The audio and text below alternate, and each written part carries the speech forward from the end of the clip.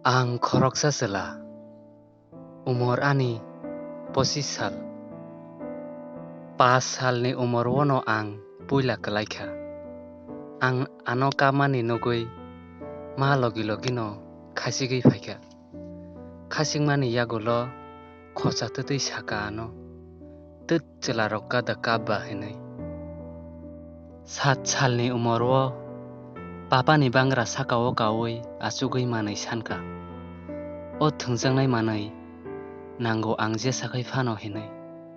Tei bini mana khaimani yagulobo nango hinai kamnani nangkha ang. Teisa papa bosaka. Tut chelarokka da kabba hinai. Darabai cycle no tui walai laikha. Ang joli tutung bini cycle brake sebai rikha. Aboni yagulobo ano mukhango thapra phungsari wirika. Ang chirik kapkha. Apuro bai phai saka. Tut chelarokka da kabba hinai. Tei 11 salni umuro bai rimun no tui walai laikha. Bo rimut chegui ano dagarei rikha. Ani bo khorok chuki wo nangui. Mukolo muktui. Tei dara phai saka. Tut chelarokka da kabba hinai. 15 salni umur engkhaino dolbai walai rikha. Bo ano thapra phungsari wirika. Angbo bono phungsari wirika. Ani mukhango thui phaikha.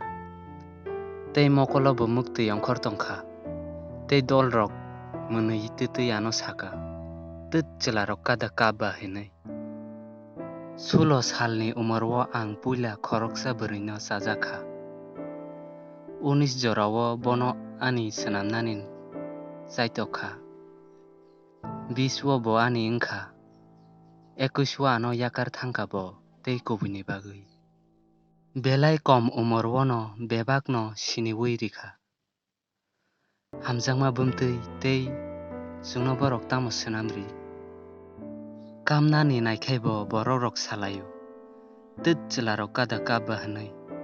Tut. Tamo wngba. Tangui kap maya ba chelarokhai. Tamo bongni khai kuno emotion wngya eba bongni emotion khai mungsa kamnani swijak rok kwrui da. Tangui cherani simi kaisa no phwrungjagui phai. Tut chelarokka da kabba hinai. Tangui borok khai aswk emotionally strong swnamjakna nang. Chela kap khaile lasingma singsaphuk. Kabri khaile busti. Tangui daily chelarok no khai amo hai expect khaijak. Chelarok khai jotono no bujina nango hinai. Chelarok no khai sabo bujinai. Bini kok no, bini thoughts no, bini feelings no, bini dreams no sabo bujinai amo no khai. Asai khaino buma buphabo future decide khaisiu. Ani bwsa engineer wngnai, ani bwsa doctor wngnai. Are asai drop sikubile bo tabuk. Tei nokni family ni samung bo khaidi. Buma buphano bo tongthokai tonidi. Bihik bwsano bo tongthok khainani. Phiaba bini tongthokai bono sawi rijago. Nini tongthok nungno rutukna nangnai hinai. Khwnadi ang oro kok kebono basondina phaya. Tei kebono khwnarinani naiya. Ang sudu je phaima nosi sai khwnarinani naio. Je cherani simi kamnani rijagya phaima bai. Ani bwkha pungui thangkha. Amo nosi sai khwnarinani naio. Waisasuk chini samung rokno bo bujidi. Waisasuk chini bwkhano bo bujidi. Chini kwsano bo bujidi. Jung tini jotono no borom riu. Phiaba jungno borom rinai kebo kwrui. Chelarok bo kapna muchungo.